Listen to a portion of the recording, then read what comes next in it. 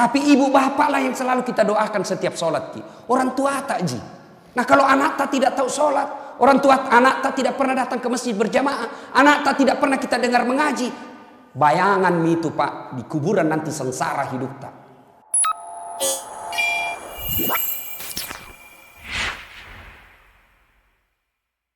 Aset yang paling berharga itu anak yang soleh.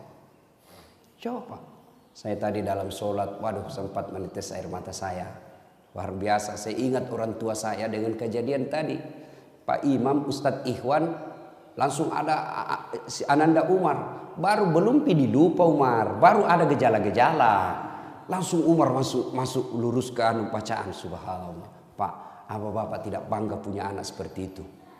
Jamma kita terlalu bangga kalau bahasa Inggris dia anak tak pintar. Pak, jamma kita. Tahu aja itu anak Ustaz, masih SD pintar bahasa Inggris. Jamma, aja kau bahasa Inggris. Itu makin di Inggris, anak-anak di sana bahasa Inggris semua. Betul kak? Dari kecil sampai pikun orang di sana bahasa Inggris semua. Nggak jago itu pak.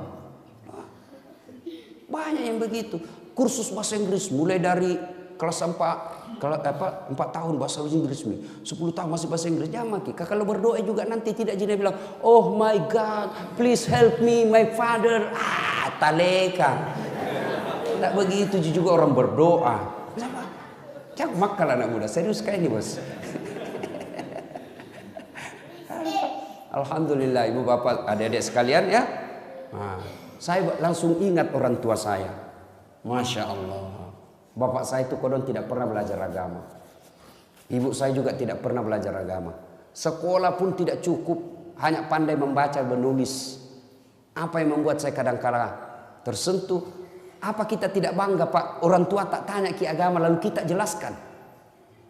Nah tanya, nah, yang kasih podang na ihe. Dek garek nawat di tempat tepak kuku kumeluk ki makaroba. Lalu kita jelaskan. Itulah bantuan kita kepada orang tua kita. Menunjukkan dia jalan yang lurus. Apa kita tidak bangga pak? Punya anak ketika kita butuh pengetahuan agama. Dia hadir memberikan pengetahuan itu. Itu kekayaan tak paling berharga. Harta, emas, rumah, mobil. Tidak ada gunanya ketika kita sudah mati. Dan tidak bisa meluruskan iman kita itu. Malah bisa menyesatkan kita itu harta. Tapi anak yang soleh dan soleha pak. Bangga mati pak. Insyaallah. Pak kita tidak bangga.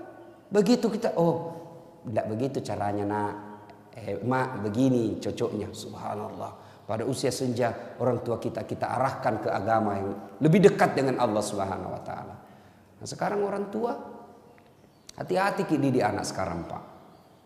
Ya, siapa yang didik anak tas sekarang? Handphone. Siapa yang didik anak tas sekarang? Warnet. Siapa yang didik anak kita sekarang? TV. Auzubillah min zalik. Saya doa mudah-mudahan tidak begitu anak tak. Ini ada baru-baru saya dapat informasi. Baru-baru saya dapat informasi. Kelas 2 SMP. Berapa umurnya itu kalau kelas 2 SMP? Ya? 14 ya? 14-15 tahun. Apa yang terjadi? Sudah pernah berhubungan suami istri. Dan saya tanya berapa perempuan kok kasih begitu? Dia bilang 5 mi. Saya ajak ngomong. Saya bilang di mana kau lakukan? Di rumahnya itu perempuan. Beranimu itu? Dia bilang bapaknya ibunya kerja semua Ustaz. Malam baru pulang. Apa mi kalau begini anak tak? Setengah mati dicarikan uang. Nggak pakai rumah tak berzina. Kita bangga mi bagus rumah tak. Kita bangga kita dihormati orang. Kita bangga banyak duit tak. Kita bangga bermewah-mewah kita punya mobil. Tapi anak tak berzina di rumah tak tiap hari. Dan itu bukan cerita fiktif. Itu banyak yang terjadi. Ini yang perlu momentum Idul Kurban ini evaluasi apa anak tak ini seperti Ismail atau menjadi anak yang dekat dengan iblis. Tak ada gunanya anak tak tinggi sekolahnya kalau dia jauh dari agama. Begitu kita masuk di kubur siapa yang doakan kita? Masuk di kubur siapa doakan kita? Saudara tak? Jangan makin harap. Tanya diri tak masing-masing. Pernah enggak kita doakan adik tak dalam 24 jam? Pernah kita doakan saudara tak dalam 24 jam? Jarang, saya saja nak minta tapi saudaraku baru saya doakan. Doakan kak dia? Iya gampang nih. Tapi ibu bapak lah yang selalu kita doakan setiap sholat ki. Orang tua tak ji. Nah kalau anak tak tidak tahu sholat, orang tua anak tak tidak pernah datang ke masjid berjamaah, anak tak tidak pernah kita dengar mengaji. Bayangan itu pak, di kuburan nanti sengsara hidup tak. Jangan sampai anak kita ini orang tua kan kadang gagal wujud cintanya baik, sayang mau nyayangnya anaknya bagus, tapi aplikasinya yang salah. Semangat cintanya kepada anak bagus, tapi cara cintanya itu yang salah. Dibelikan HP-nya smartphone. Itu bapak kalau belikan mi anak smartphone, lalu dia punya data. Oke, tidak ada datanya, tapi dia punya wifi. Dia dapat internet gratis. Saya ini dosen komunikasi. Banyak meneliti soal media. Dan itu amanah tak di mana dapat itu, Pak? Di mana dia dapat informasi porno-porno? Dari handphonenya. Coba maki, suruh tulis di situ. Anak-anak kita pakai smartphone, nah tulis saja itu di mesin pencari. Film porno. Indonesia blokir. Tapi ada lagi mesin yang bisa membebaskan blokir itu. Akhirnya apa? Pencariannya lari dulu ke Singapura.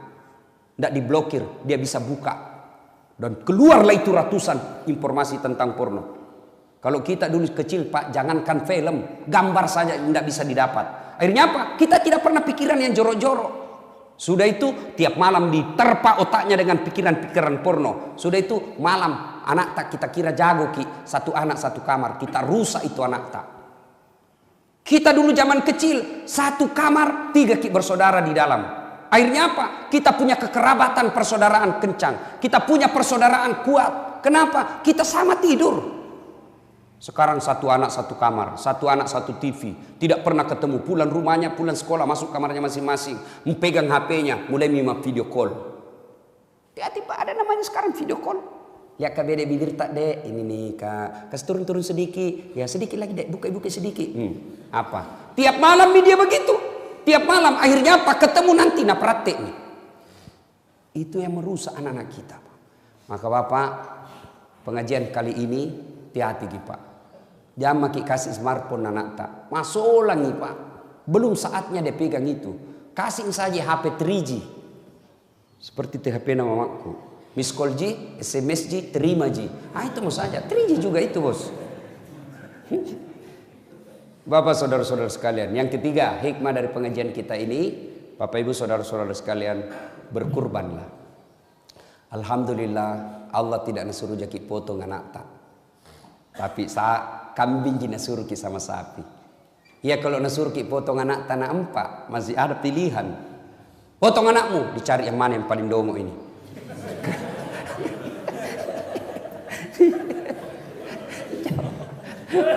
Tapi alhamdulillah Allah cuma minta kita ya diminta jaki kambing, maka berkurbanlah. Jangan lagi saya tidak mampu Ustaz, baru HP harga 2 juta, paket data 150.000 per bulan. Itu kalau Bapak sudah lakukan itu dan tidak berkurban, hati-hati Pak, nah cari ki nanti malaikat. Nah kasih bangkrut ki Allah. Banyak uang tak tapi tidak ada bisa dimakan. Banyak uang tak tapi tidak berkah. Kenapa? Karena kita tidak mau berkurban. Aneh sekarang ini Pak. Banyak orang mampu tapi tidak mau berkurban. Saya ulang. Banyak sekarang ini orang mampu tapi tidak mau berkurban. Sebaliknya banyak orang mau berpoligami padahal dia tidak mampu. Ya betul toh? Nah ibu bapak saudara-saudara sekalian. Inilah tausiah kita pada taklim kita kali ini. Mudah-mudahan ada manfaat. Saya agak grogi sebenarnya ini. Kaku betul saya cara tidak bisa keluar ilmuku. Ada Ustadz Iwan bilang. Saya jaga diri nanti saya offside. Bapak saudara-saudara sekalian, inilah tausiah kita pada taklim kita kali ini. Sebagai penutup saya ingin menyampaikan firman Allah. Bismillahirrahmanirrahim. Ya ayyuhalladzina amanu dukhulu fis-silmi kaffatan wala tattabi'u khutuwatis syaitan innahu lakum aduwwum mubin. Wahai orang-orang yang beriman, masuklah kalian ke Islam, ke dalam Islam secara sempurna. Jangan Islam pencitraan, jangan Islam karena mau pilkada dan lain sebagainya. Tapi Islamlah secara benar. Wala tattabi'u khutuwatis syaitan, dan janganlah engkau ikuti langkah-langkah setan, karena sesungguhnya setan itu musuh yang nyata bagi kalian. Mudah-mudahan ada manfaat. Sebelum saya akhiri, ini adik santri, ada yang bisa jawab pertanyaanku. Tadi Nabi siapa yang Ibrahim alaihissalam punya anak? Siapa nama anaknya? Siapa namanya anaknya? Satu? Ismail. Kasih hadiah. Yang bisa jawab jawaban. Ada hadiahnya. Mana Miko dong? Wah. Bukan lupa ya kasih masuk Umar. Bukan rezeki na Umar. Ya, nanti ada di mobil berarti.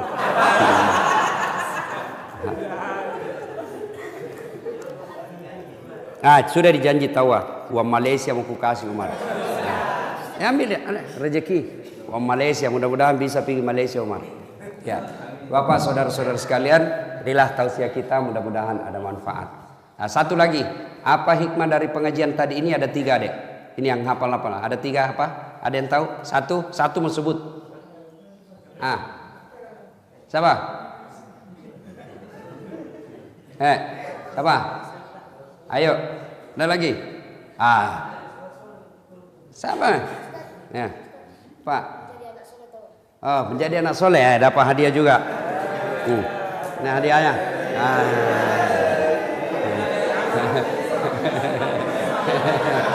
Ya, ada lagi. Ini hikmahnya ini Pak, makanya kalau pergi masjid di depan ki duduk. Depan gampang dapat hadiah, ya jauh belai. Itulah hikmahnya orang di depan itu banyak pahalanya. Ya Bapak saudara-saudara sekalian, inilah tausiah kita, mudah-mudahan ada manfaat. Lebih dan kurangnya mohon dimaafkan. Nun wal kalam masrun billahi fi sabilil haq. Assalamualaikum warahmatullahi wabarakatuh.